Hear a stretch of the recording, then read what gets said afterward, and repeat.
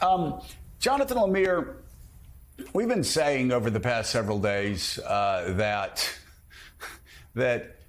Donald Trump has had a game plan since the mid-'70s. And that game plan, and I think Maggie Haberman said this before, it's to survive 5 minutes, the next 5 minutes, the next 10 minutes. And his fights have been against the New York Post. His fights have been against the Daily News. Have been against the New York Times.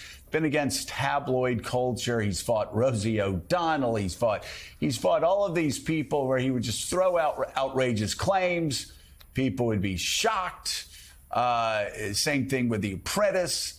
He would get good ratings, and it didn't matter that he was lying all along. He survived that.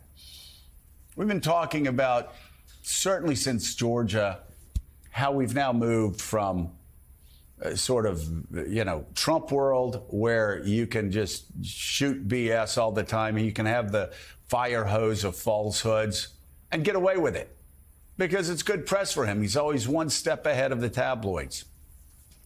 That's ended.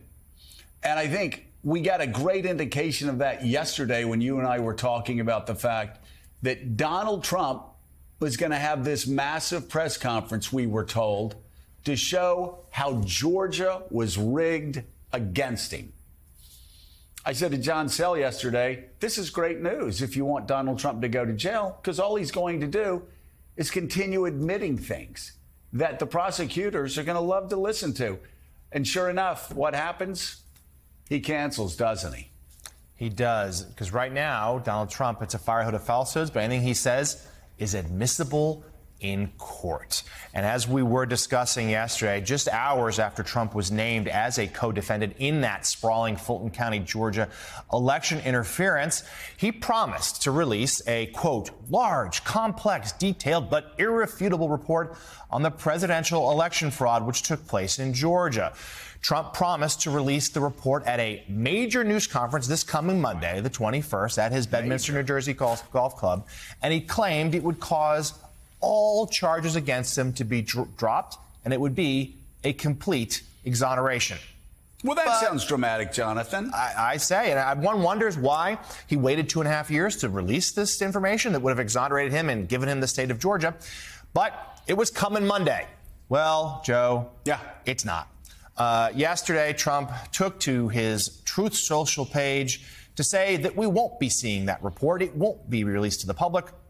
But instead, his lawyers would prefer to use it in legal filings. Therefore, the news conference was no longer necessary. ABC News reported yesterday that Trump's lawyers actively urged him to call off the event. Other advisors did too, arguing that continued claims of election fraud could hurt his case. NBC News has not confirmed that report, Jen Psaki. But this is something, first of all, there's a theory here that Donald Trump, as we know, has trouble retaining good counsel, partially because he doesn't pay them, and some of them end up testifying against him. His lawyers had signaled to him, hey, we're going to quit if you do this because you're going to make our lives a lot harder. And his advisors were doing the same, saying, look, you can say, if you get out there and say the wrong thing, it's just going to put you in more and more legal jeopardy. Which presumably they've been telling him for months now, right? He finally listened. Because he's gone out there and said things that could be used in court. And we may see Jack Smith and others used in court as the trials begin, as he's done rallies over the last few months. But yes, as you touched on there, we don't entirely know, but a lot of the smart theorizing, in my view here, is, one, he's gone through more lawyers than anyone can imagine. He has not been clearly paying. There's been a range of reports on this. People who have been his legal counsel, people who have been politically advising him even. He owes a lot of people a lot of money. And there was a really interesting component. Lisa Rubin wrote about this, actually, in one of the recent federal court hearings that John Laura was participating in, where he asked for, in the discovery phase, for all these documents to be provided to lawyers who are not paid by the campaign. So volunteer lawyers, essentially, because either he can't pay them or he won't pay them.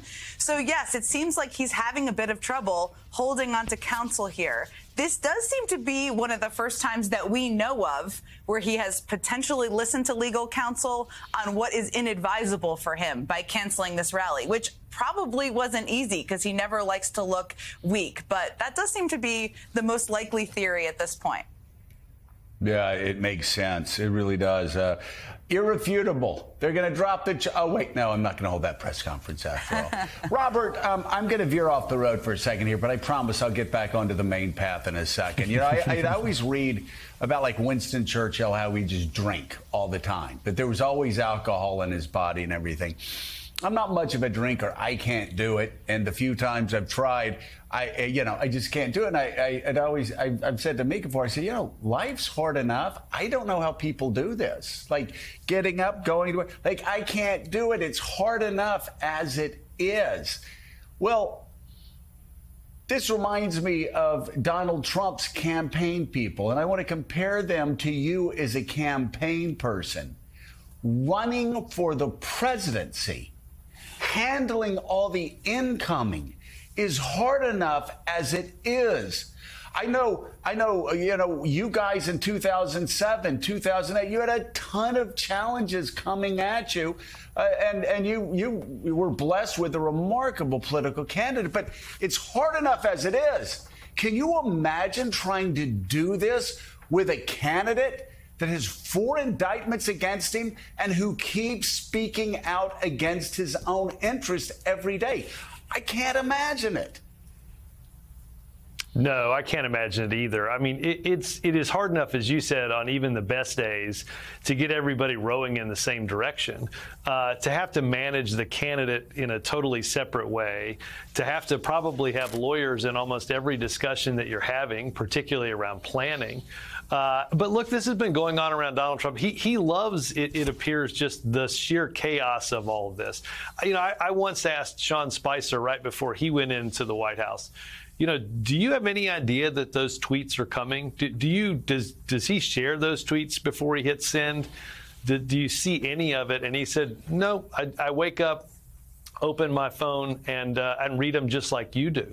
And imagine that's just a tweet. Imagine now you're talking about something that puts him in potential legal jeopardy. I do wonder if you watch this, is this a realization by Donald Trump that he is in much more significant trouble than he's ever let on to the fact? And look, Joe, if I had accused you of half of the stuff that Donald Trump had done, you'd be rushing to a courthouse tomorrow to try to clear your name, not waiting until 2026. Yeah.